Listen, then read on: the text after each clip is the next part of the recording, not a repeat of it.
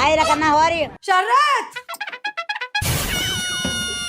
ఏమిటే ఏంటి కూర్చోవడం ఏంటి బల్లి బల్లి అయితే భయం నాకు నాకు తెలియదు నీకు బల్లి అంటే భయం అని. ఇన్నాళ్ళు ఎప్పుడు రాలేదు ఇంటికి, ఇప్పుడు ఫస్ట్ టైం వచ్చింది తీసివా.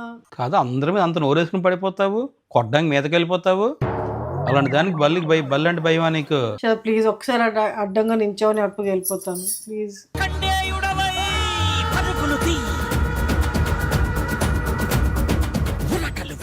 సరే తీసావా బలిని?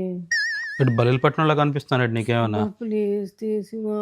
పిలుస్తానులే. ఎవరిని పిలుస్తావు? జూ వాళ్ళకి ఫోన్ చేస్తాను, పట్టుకెళ్తారు వచ్చి. చూకేస్తే నవ్వే ఓపిక కూడా లేదు. బల్లికి జూ వాళ్ళు ఎందుకు వస్తారు శరత్? మరి ఎవరో వేరేగా ఉంటారు అటు బల్లి పట్టేవాళ్ళు.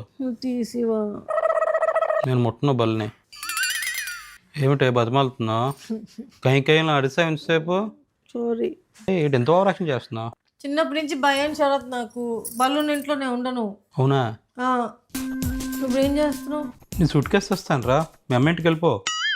ఈలోపు బల్లి పట్టించి నేను బయటికి పంపిస్తాను, అప్పుడు వద్దు నువ్వు. నువ్వు కావాలని బల్లిని తెప్పించావు కదా.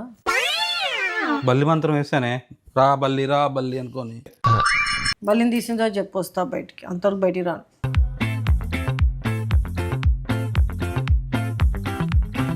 మా ఆయిల్ పక్కీర్ ప్రాణం చిన్న చిలకలో పెట్టినట్టు ఈ ఆడవాళ్ళందరూ ప్రాణం తీసుకెళ్లి బలిలో పెట్టాడు ఆ దేవుడు. మొగుళ్ళు ఇది మాత్రం మహాకాలు విజృంభిస్తారు, చిన్న బల్లికి భయపడిపోతారు.